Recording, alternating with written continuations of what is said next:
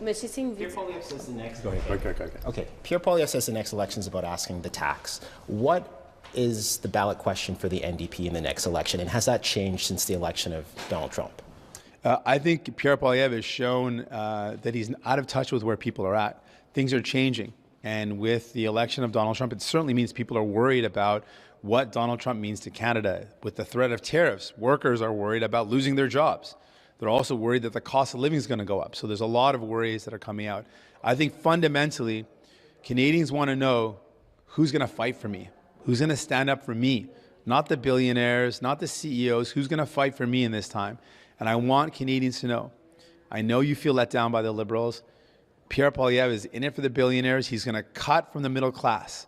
He's going to cut from the working class. It's going to hurt you. It's going to cost you, and give to his billionaire buddies. That's what he's going to do. And New Democrats are committed to fighting for you, lowering the cost of your bills, building homes you can afford, and getting you a family doctor.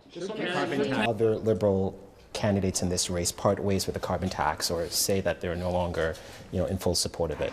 How does the NDP feel about the consumer carbon tax? Are you ready to part ways as well?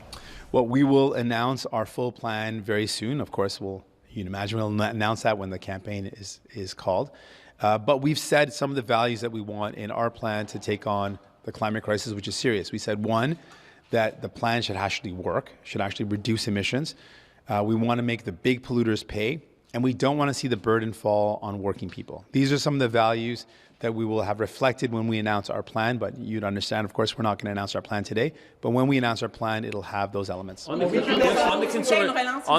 question. On the consumer carbon tax, you had said that you're thinking about it, but even yesterday, Stephen Guilbeault said he's supporting Mark Carney, who is walking away from the consumer carbon tax, and Stephen Guilbeault is also saying that that is not what is doing the bulk of the work on it, and he says that people have changed and it's unfortunate. But does that mean that you're looking at it, and when you make your platform, that you may not have a consumer carbon tax in there? Well, we're going to release our plan, and we'll let you know exactly when we do, exactly what our plan is. I can just tell you the elements of the plan that you can expect to see with a New Democrat plan. We have seen the Liberals' approach and the Conservative approach, and we didn't like either. It was clear to us that working folks did not feel that they were supported enough in the fight against the climate crisis, and we called that as a concern with the Liberal plan. And frankly, billionaire or big polluters, who are often billionaires, big polluters got away with polluting, and it wasn't really a strong plan to take on the biggest polluters. The Conservative plan, let's be very clear, is to let big polluters pollute as much as they want, dump as much as they want, poison the water, poison the air, no limit. That's their plan. I think both of them are wrong. I think we need a plan that takes on the big polluters. I think we need a plan that protects workers, supports them, gives them the help they need, doesn't make them bear the brunt of it, and a plan that actually works in reducing emissions. A week ago, you said you criticized the Prime Minister's decision to prorogue Parliament amid the Trump threats. Is there not a value in kind of waiting until Parliament is back sitting and using that time in Parliament to be able to scrutinize government and handle that with unity, like you said? Why do you need to go to an election immediately at the first opportunity? I think it's been really clear that the Liberals have let down people. People tell me they've been let down by them.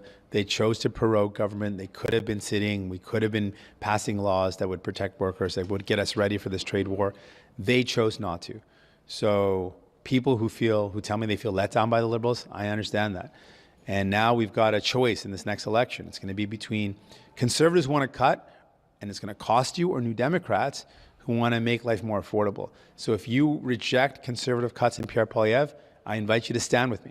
Stand with me this time, and we can fight together and we can win.